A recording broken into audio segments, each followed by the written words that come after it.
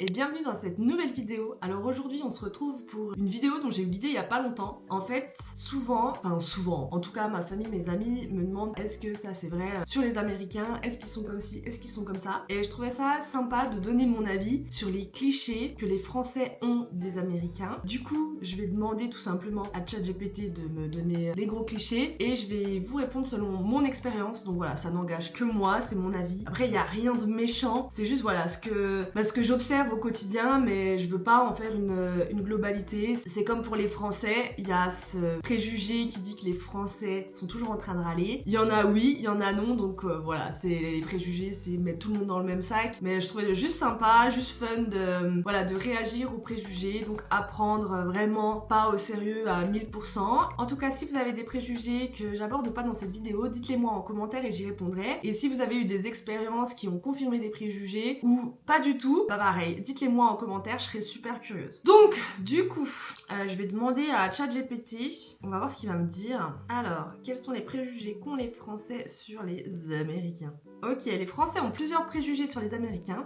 Certains fondés sur des stéréotypes historiques, d'autres amplifiés par les médias. Voici quelques exemples courants. Alors, on va voir. Premier, le manque de culture générale. Il existe une idée reçue selon laquelle les Américains seraient peu cultivés, notamment en matière d'histoire ou de géographie internationale. Cela peut être dû au fait qu'ils ont une éducation plus centrée sur leur propre pays. Bon, je trouve dire le manque de culture générale, c'est quand même hard, mais je suis assez d'accord, en tout cas, plutôt sur l'Europe, où ça m'avait fait rire. Je crois qu'on avait eu une question, on nous avait demandé est-ce que vous roulez à droite ou à gauche en France? Genre, je m'étais vraiment dit non mais vraiment, genre, enfin en France tu sais que on roule dans le sens inverse en Australie, en Angleterre, il y a peut-être d'autres pays, mais en fait je pense juste qu'en France on est entouré de beaucoup de pays d'Europe, donc on a cette culture européenne, plus tous les films américains, donc on connaît à peu près les États-Unis. Donc je dirais oui, mais j'aime pas trop la façon dont c'est tourné, parce que je suis assez d'accord qu'ils sont très centrés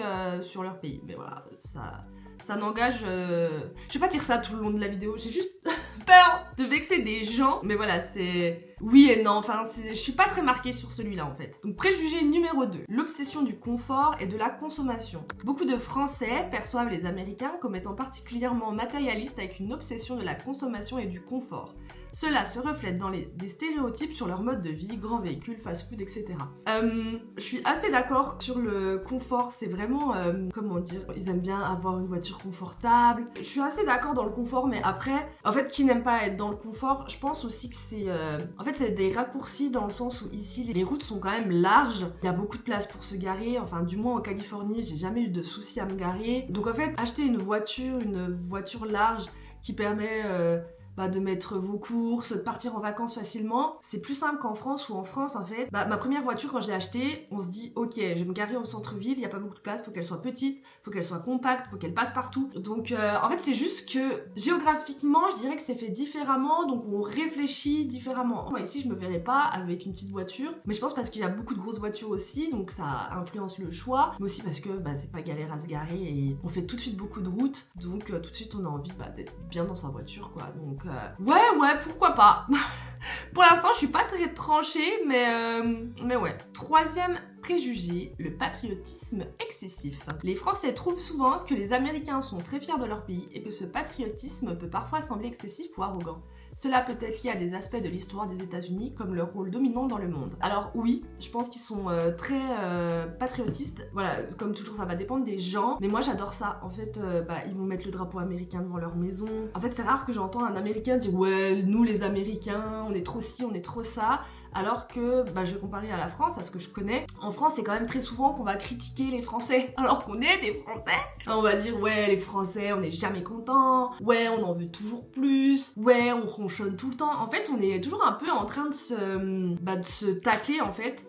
Et j'avais une conversation avec mon mari là-dessus, où on se disait, ici on voit le drapeau américain devant les maisons, et moi je trouve ça trop stylé, et je trouve ça beau, et parfois pour des gens qui ont double nationalité, on voit leur pays d'origine, donc le drapeau de leur pays d'origine, ainsi que le drapeau des États-Unis, et moi je trouve ça super sympa. Et en fait en France, excusez-moi mais je vais dire ce que je pense, si vous mettez le drapeau français, c'est limite vous êtes extrême droite, alors que non, on a le droit d'être fier de son pays. En fait j'ai l'impression qu'en France, on a le droit de mettre le drapeau français que pendant les coupes du monde et coupes d'Europe. Genre hop hop hop, c'est le foot, je peux le placer, on va rien me dire. Et en fait si on met le drapeau français tout de suite ça va, enfin pas tout le monde parce que moi j'ai pas cette pensée, mais ça va être vu un peu comme une agression en se disant ah ouais elle aime que les Français, elle soutient que les Français, alors que mais ça n'a rien à voir, c'est juste être fier de là où on est né. Et je trouve ça très beau aux États-Unis et j'espère qu'ils le perdront pas parce que c'est vraiment quelque chose de précieux je trouve. Et ça n'empêche pas que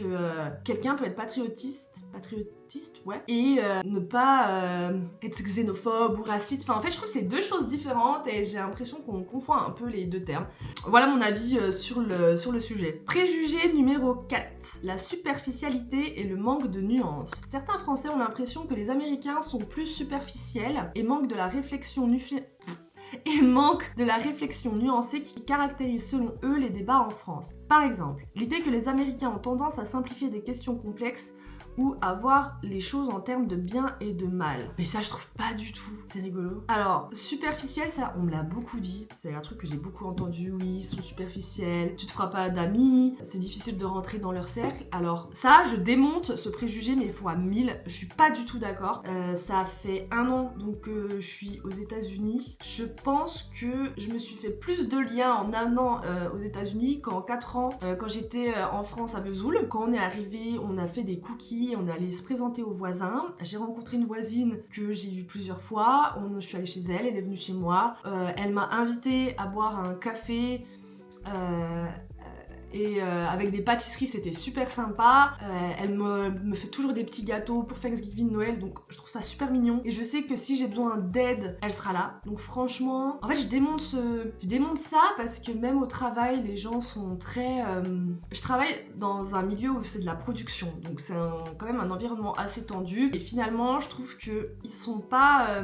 Peut-être que ça s'éloigne un peu du sujet, mais je les trouve pas rancuniers. C'est-à-dire que tu peux t'engueuler avec eux et c'est pas pourtant qu'ils vont te faire la gueule. Bon, je suis désolée, ça a coupé, j'avais plus de place dans ma carte SD. L'angoisse. Du coup, je sais plus ce que je disais.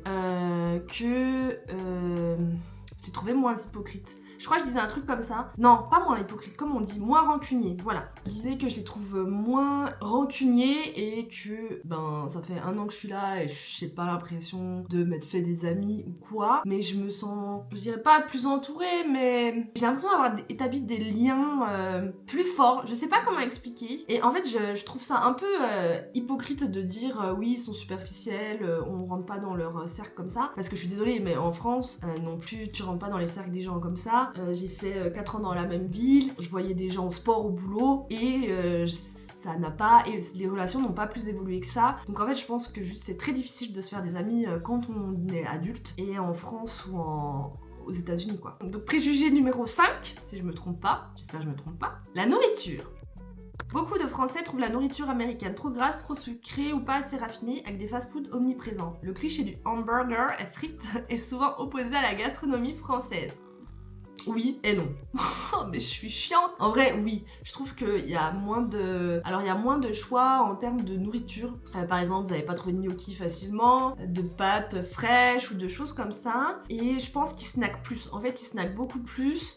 Mais si vous, en tant que Français, vous voulez vous faire à manger de façon saine, c'est possible. Je pense juste que j'ai remarqué, c'est qu'on a moins de variété de légumes. En France, j'ai acheté beaucoup les légumes en fonction des saisons. Donc automne-hiver, c'était beaucoup de courges. Enfin voilà, l'été, tomates, concombres. En fait, j'ai l'impression qu'il n'y a pas de saisonnalité dans ce qu'ils vendent dans les magasins. Enfin si, on retrouve les courges, mais je trouve qu'il y a beaucoup moins de choix qu'en France. Après, je trouve que c'est assez rigolo parce qu'on dit souvent que c'est plus industrialisé. Mais je trouve qu'en France, on a beaucoup plus de choix industriels dans les magasins. Mais je pense qu'on oublie. Par exemple, vous achetez votre danette au chocolat. Je suis désolée, c'est super industriel. Ici, il n'y a pas de danette au chocolat. C'est yaourt grec, yaourt nature, basta. En France, vous avez yaourt à vanille, liégeois, riolet. On a énormément de choix de yaourt. Je me rappelle d'ailleurs d'un Mexicain qui m'avait dit, donc il était venu en France et il travaillait donc dans mon entreprise, c'était un collègue, et il m'avait dit qu'il était choqué par la taille des rayons de yaourt. Mais c'est vrai, quand on y pense, c'est dingue. Je vous jure, aux États-Unis, vous mettez pas 3 plombs à choisir. Hein. Pareil,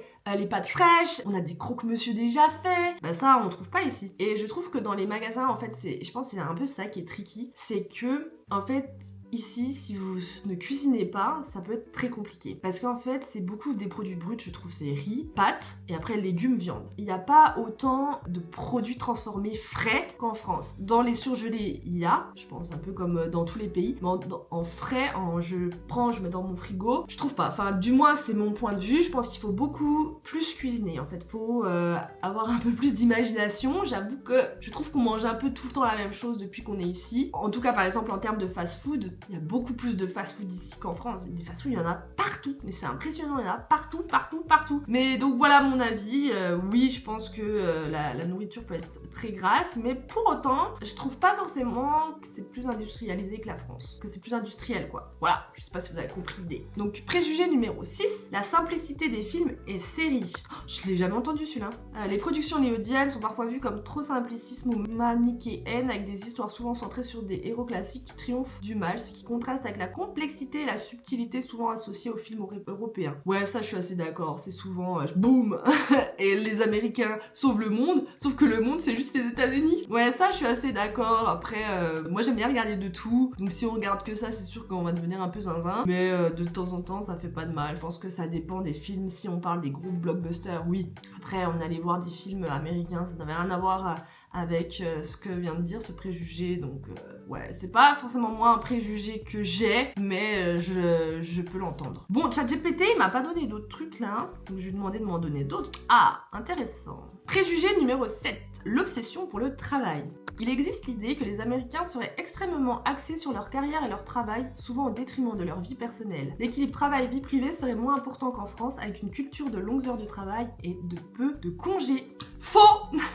Faux et vrai, ça dépend sur quoi. L'obsession pour le travail, je dirais faux. Dans mon entreprise, au contraire, c'est souvent qu'on nous dit prends ton temps, rush pas, fais attention à ta santé. C'est beaucoup répété. Je pense que toutes les semaines, on va me dire vas-y mollo, cours pas trop, tu donnes trop, faut que tu te reposes. Aujourd'hui, on y va tranquille. Beaucoup plus qu'en France. Alors oui, il y a très peu de congés. Pour ma part, j'en ai 12, c'est-à-dire un par mois. Ça dépend en fait des entreprises. Ils ne sont pas obligés de vous donner des congés, ça c'est à savoir. S'ils vous en donnent 0, ils vous en donnent 0. Pour ma part, c'est très bien apparemment d'avoir 12 jours de congé. Donc ça fait peur quand on sait qu'en France, on a minimum 5 semaines. Mais bref. Et par contre, je trouve que on est plus sur les heures qu'en France. C'est-à-dire que je pense que quand c'est l'heure, on part. Beaucoup moins qu'en France, où je trouve que si vous partez à 5h ou 4h, parfois on vous regarde en mode ah ouais, elle part déjà. En fait, je trouve que oui, on a beaucoup de vacances en France, mais je trouve que j'avais moins un équilibre vie perso-travail. En fait, je trouve qu'on est plus vite jugé, on nous regarde plus sur les horaires. Je trouve qu'ici, c'est assez différent. Enfin, j'ai pas cette sensation. Après, je pointe, donc ça aide beaucoup, parce que voilà, je suis censée faire mes heures. Si je pointe plus tard, c'est de l'overtime, donc je vais te payer plus. Faut que je le justifie, selon le quota. Après, je pense que ça dépend de l'entreprise, ça dépend du manager, mais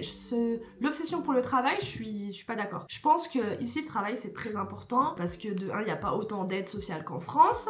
De 2, grâce à votre travail, vous avez une mutuelle qui revient moins cher. Donc en fait, ici, tout est lié un peu. Donc oui, c'est super important, mais j'ai pas du tout cette vision. Du moins, c'est pas ce que j'expérimente ici. 8e stéréotype, les armes.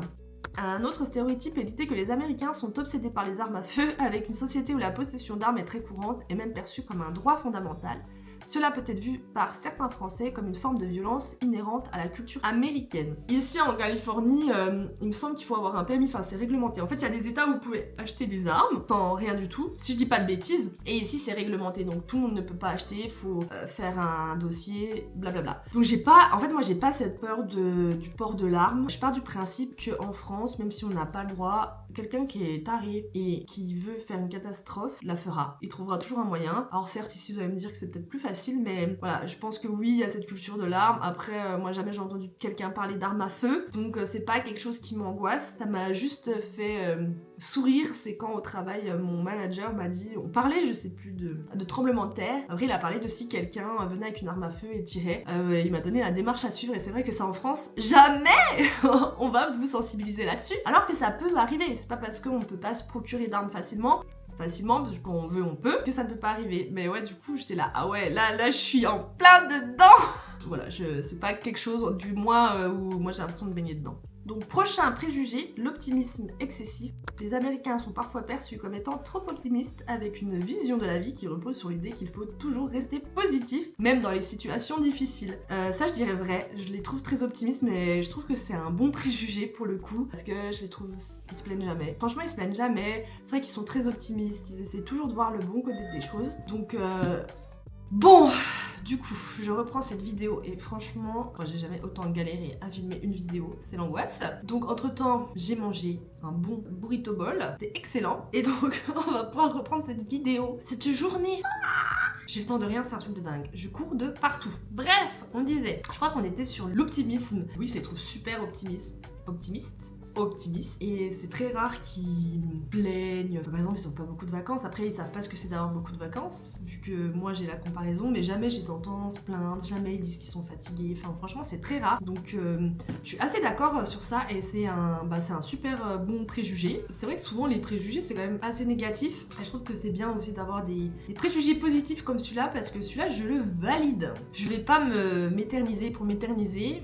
Voilà en fait les préjugés qui reviennent assez souvent, avec lesquels je suis plus ou moins d'accord, mais en vrai là en tournant cette vidéo je me rends compte qu'en fait souvent les préjugés c'est assez c'est trop global. En fait on a des exemples, des contre-exemples. Un préjugé qui pour moi est vrai c'est l'optimisme, je suis assez d'accord sur celui-là, et un où je suis vraiment pas d'accord, je sais plus, ah oui, le travail, que genre ils sont à fond dans le travail, des heures de dingue, ça je suis pas du tout d'accord, du moins c'est pas mon expérience au travail. Du coup si vous avez d'autres stéréotypes en tête, n'hésitez pas à me les mettre dans les commentaires et j'y répondrai. Et pareil, s'il y a des choses où vous avez une expérience différente, je sais pas, si vous êtes déjà venu aux États-Unis, si vous y avez vécu et qu'il y a des choses où vous n'êtes pas forcément d'accord avec ce que je pense, n'hésitez pas à le mettre dans les commentaires, tant que ça reste dans le respect et la bienveillance, évidemment. Et sur ce, bon, j'espère que cette vidéo vous aura plu. On se retrouve bientôt dans une prochaine vidéo. Et sur ce, prenez soin de vous. Bye!